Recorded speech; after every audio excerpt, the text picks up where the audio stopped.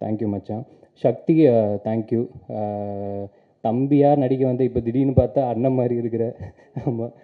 ஆனால் படத்தில் சக்தியோடதும் ரொம்ப ஜாலியாக இருக்கும்னு நினைக்கிறேன். நீ நீ அதான் இப்போ சொன்ன மாதிரி ஒன்றை வச்சு தான் படத்தையே ஓப்பன் பண்ணுறோம். அது இப்போ என்ன ஆனாலும் இப்போ நீ தான் பொறுப்பு, அப்படி வேணால் சொல்லிக்கலாம். சக்திக்கு ரொம்ப பெரிய தேங்க்ஸு. பிரீத்திக்கு ரொம்ப பெரிய ஒரு நன்றி. ஆப்வியஸ்லி இப்போ அயோத்தி டோட்டலாக அதை பார்க்கும்போதே உங்களுக்கு தெரிஞ்சிருக்கும் அவங்க எந்த அளவுக்கு பொட்டன்ஷியல் இருக்கிற ஒரு ஆக்டர் அப்படின்னு சொல்லி.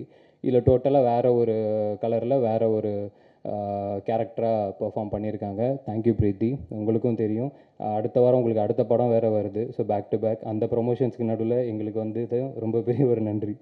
தேங்க்யூ.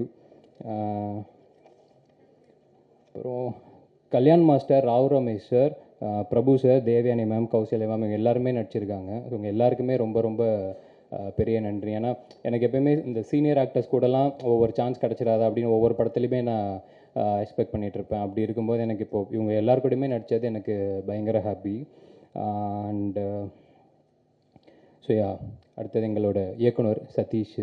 நிறையா எல்லாமே பேசிட்டோம், சொல்லிட்டோம். நாங்கள் ஒன்றே மட்டும் தான் அவருக்கு நான் விஷ் பண்ணிக்கணும்னு மட்டும் ஆசைப்பட்றேன். பொதுவாக இப்போ ஒரு ஹீரோ வச்சு ஒரு படம் ஒன்று பண்ணுறாங்க அப்படின்னா அந்த படம் நல்லபடியாக போச்சுன்னா அதுக்கு அடுத்த ஒரு பெரிய ஹீரோ வச்சு போவாங்க, அப்புறம் அப்படி ஒரு டாப் ஹீரோ வச்சு போவாங்க. அந்த மாதிரி இருக்கும். ஒரு சூப்பரான ஒரு படம் பண்ணிட்டாங்க அப்படின்னா ஒரு டைரக்டரோட ஒரு வளர்ச்சி அந்த மாதிரி அவர் அடுத்த ஒரு பெரிய ஹீரோ, அடுத்து இன்னும் பெரிய ஹீரோ அந்த மாதிரி போகணும் அப்படின்ட்டு மனசார வாழ்த்துக்கிறேன். கன்ஃபார்மாக அது நடக்கும் நம்புறேன்.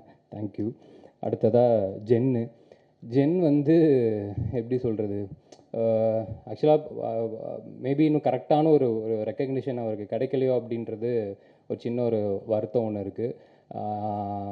ஏன்னா பிளடி பேக்கர்லேயே நடந்திருக்கணும் அப்படின்னு நான் நினச்சேன். அது மிஸ் ஆகிடுச்சு. It's okay. அது எப்படி தான் சிலது ஒர்க் ஆகும், சிலது ஒர்க் அவுட் ஆகுது. ஆனாலுமே எந்தெந்த படத்துக்கு எந்தெந்த அளவுக்கு நம்ம உழைப்பை போடுறோன்றது ஒன்று இருக்குல்ல, அதுக்காக நம்ம கம்மியாக உழைச்சிட மாட்டோம் அடுத்த படத்தில். ஸோ எக்ஸலண்ட்டாக ஜென்னு லிட்டரலி படத்தை காப்பாற்றிருக்கான் அப்படின்னு தான் சொல்லணும். ஸோ டெஃபினட்டாக நான் சொன்ன மாதிரி படத்தோட ரீரெக்கார்டிங் ஆகட்டும், பாடல்களாகட்டும், படம் பார்த்ததுக்கப்புறம் உங்கள் எல்லாருக்குமே பிடிக்கும் அப்படின்ட்டு நம்புகிறேன். அண்டு ஜென்னுக்கு இன்னும் ஒரு பெரிய ஒரு இடம், ரொம்ப பெரிய ஒரு இடம் கிடைக்கணும் அப்படிங்கிறதையும் நான் வேண்டிக்கிறேன், வாழ்த்துக்களை சொல்லிக்கிறேன். Thank you Jen, thanks for everything. அடுத்து என்னோடய ஃப்ரெண்டு குபிக்கு ரொம்ப ரொம்ப நன்றி. எல்லா ஒர்க்கையும் கரெக்டாக எப்பயுமே எங்களுக்கு பார்த்துக்கிட்டு ஓவராலாக எங்களுக்கு எல்லாத்தையுமே சால்வ் பண்ணி கொடுத்துட்ருக்காப்புல ஆஸ் ஆல்வேஸ். தேங்க்யூ குபி. அவ்வளோதான் முடிச்சிட்டேன்னு நினைக்கிறேன்.